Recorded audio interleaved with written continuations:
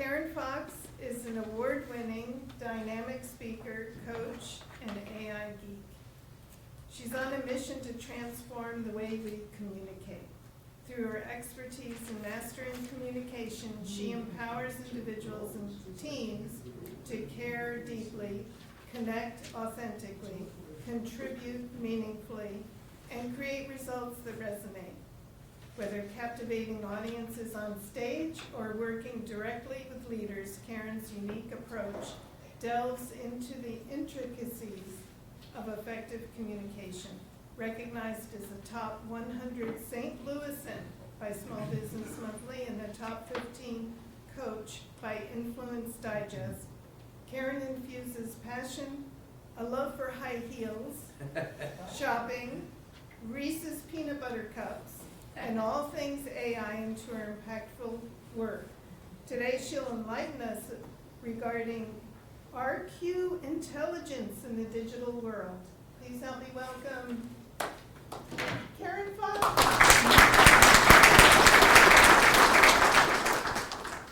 It's nice to have people help you, isn't it?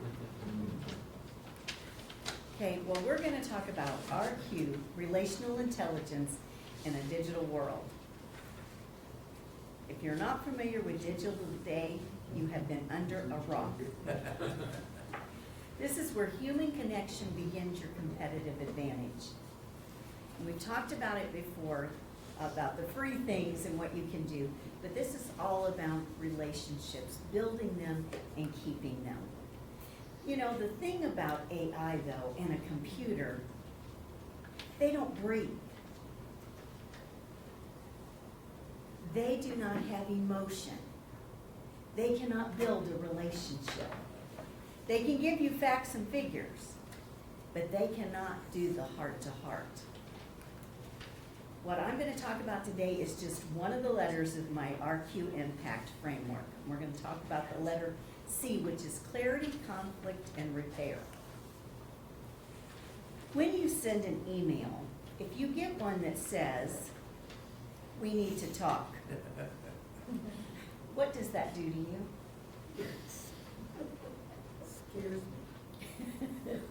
Does your heart start to pound a little faster? Yes. Mhm. What if it says, "Please send this to me today"? Now the please helps. But it's an urgency, right? Yeah. What about per my last email? Oh. How you feeling? Oopsie, oopsie. Yeah. What about fine? Means it never is. Are we talking relationships and marriage, or are we talking? Yes and yes. Yes, and yes. Because fine can be, it's fine. Or fine, we know how that goes, right? Or can you explain what happened?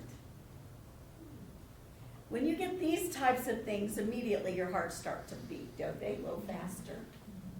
Yeah, so we're going to talk about how to do those. Because neuroscience shows us that unclear messages trigger as a threat. So immediately our brain goes into, what do they mean by fine?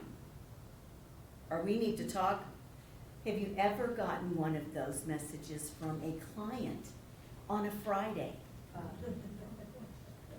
Oh, it's not a good weekend. Not when you get one of those. So it's how you respond and what you say. But the RQ email framework is the 4 C's. And it's the context. Why are you emailing?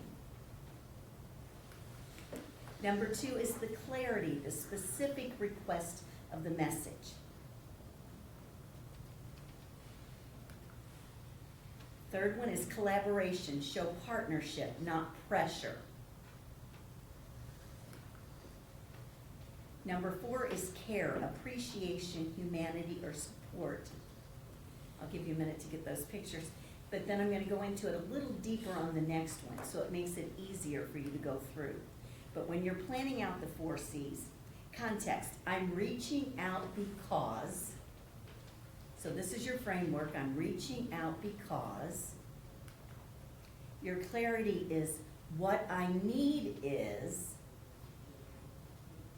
And how many of us have gotten in a hurry and answered things quickly with those short answers? And not take the time to do that? Like my client, when I talked to him on Monday, the following Monday, she goes, "Oh, yes, I just wanted to talk, I've got something new coming up." I have been sick all weekend to find out you have something new coming up that I should be excited about, and I am excited. Yeah, exactly. Okay, collaboration. If anything gets in the way, let's work through it together. It gives them that partnership. There's a big difference to that. And care. Thanks so much. I appreciate you. None of us mind being told we're appreciated. None of us mind saying, "We thank you for what you just did," or "I appreciate the fact that you did that so quickly." But it changes the whole context, because you've got to realize these are in print. There's no tone or voice to it. So you've got to be very cautious what you're saying. Okay, high trust teams show that 74% less stress. High trust teams, which means you have just given them all the reasons to trust you and not be fearful. Okay, there are 106% more energy on that team, and there's 50% higher productivity. Did you ever think about an email could make that much difference? If they're trusting you, if they feel appreciated. Okay. The breakdown isn't communication, it's connection. Karen and Dan, can you come up here a minute?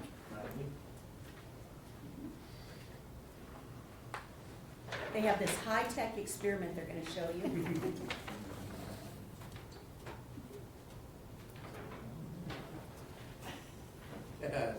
Here, I'll let you come out front here. Right here, so they can see you. This is the latest technology. Yeah, yeah. Okay, got to pull it tight, remember? Got to have connection. Okay, now Karen, go ahead and talk to him. Did you hear it? I did. Now, okay, now you talk back to her. Hey, Gary. Okay, you guys keep talking. She's really set us up here today. Now what happened? Oh, no. There's no connection. Cut. There's no more communication here, because that's been cut. Thank you so much. You can sit down. Appreciate the help. You'll give them a big hand.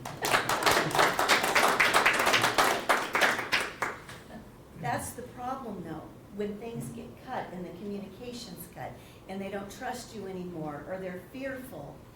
Just all of those things start to take effect, and it changes everything in a relationship. You get one of those texts like this that says, "Call me." What happens? It's an emergency. Could be emergency, but where does our mind go? Something's wrong. Something's wrong. Could we have avoided that? Yes. This is one thing I yell at my husband about. Do not just say, "Call me." I need to know, do I need to get up out of a meeting and call you now? Or can you give me some kind of heads up of everything's okay, just call me when you can? But see the relationship there? It can change your whole day just by something as simple as this. So setting up a call instead of the "call me," when you have a second, can we jump on a quick call? I want to sync up so we're on the same page. Appreciate it. You see, it's shorter, it's more condensed than the email was, but it still gave the same information. So it's not the panic of "call me." Anybody that gets one of those, whether it be an email, whether it be a voicemail, or whether it be a text, you get "call me." Again, psychologically, our brain goes to the negative. Something's really wrong. Okay, practical AI prompt, and that's all I talk about is the practical things, is write an email using the RQ Intelligence 4 C's, give context, state the request clearly, invite collaboration, and close with care using these details, and you insert your details. And if you need that for chat to write you the perfect email, do that. Make sure you tell it what tone you want it to be in. Because otherwise, if you're someone that is, like, like my mother was, to the point, very brass. It's just how it is. Don't, she'd look at me and say, don't give me the details, just the facts. I like her. Sorry to try. Okay, but it's the difference in personalities. For me, if you did that and you just gave me the facts, she's probably not real happy with me. So what's wrong? What did I do wrong? That's where the mind goes. There's 10 phrases that can build connection instantly. On this side, you have some papers that were handed out. Yes. And we'll start with Cynthia, and we'll just go down the line, if you will read those for us. I appreciate your help on this. Okay? Who's next? Your insight is valuable here. Your insight is valuable. How can I support you on this? How can I support you on this? Good. What works best for you? What works best for you? Karen? When you have a moment. When you have a, just that alone, when you have a moment, rather than the email yesterday I sent. Okay, Karen? Thanks for keeping this moving. It's a gentle reminder. Dan? If anything changes, just let me know. Okay, Hope your morning is going well. good, very good. Is that all that we have? Oh, okay. So, do you see how easily just those words can change the whole impact of everything you're doing with someone? Okay, when not to email. Any had ever emailed or text when you really should have made a phone call? When the tension's already high, not a time to email. This affects someone else's role, workload, or performance. Not time for an email. See how fast that can be misdirected or mistaken? Okay. You need tone, nuance, and empathy. If you need that in there, they're going through something, that's not the time for a text that you can't read any kind of emotion into it. A misunderstanding has already happened. Don't let it happen again. Okay, trust is fragile. If you're already wavering there with someone, don't do that. Email is great for information. Connection comes from conversation. Oh, I'm sorry. Go back there for you. Okay, employees who feel a strong sense of belonging are 5.5 times more likely to stay. Costs a lot to replace someone. So when we think we're in a hurry and we can't take the time to do a little more on an email or a text, do we want to invest the time on retention and getting another person in and retraining someone? Phrases to avoid. Let's start on this side. Steve, do you have one? Fine. Fine. Fine. Why didn't you? Ooh. As I said before, Oh. For my last email. Go, there we go again. You need to. Okay. Did you get one, Mark? I did not, I can Okay. make one up. Okay. But you got two on, Oh, I'm okay, reading this. there we go. Whatever. Oh, big one, huh? Whatever. Okay, someone else here. We need to talk. We need to talk. Again, that just, the heart, even if somebody else says it, has nothing to do with you. Thank you. This should be done, this should have been done already. Yeah, very accusatory at that point. Okay, email isn't the problem, disconnection is. You know, it's just like we had up here with the old, what we played as kids, you know, with the telephone. You know, once the connection's lost, that's the problem. So it's not the email, it's that connection. By applying this, you get clarity, you prevent misunderstandings, and you build trust. That's the biggest thing. This is how teams communicate clearly. Well, in the cup and string game, you didn't have to shout, you just had to stay connected. We didn't hear a word they said, right? But they heard each other. But once I cut it, there was no connection. Even the simplest message becomes powerful when the connection's strong. And so I ask you to pay attention and not send one-word texts and very short emails. Let people know the impact that they have on your life as well. Thank you. Mark, do we have time for questions? Well, Karen shared enough, we really don't, yes, of course. Usually I take the whole time. Does anybody have a question?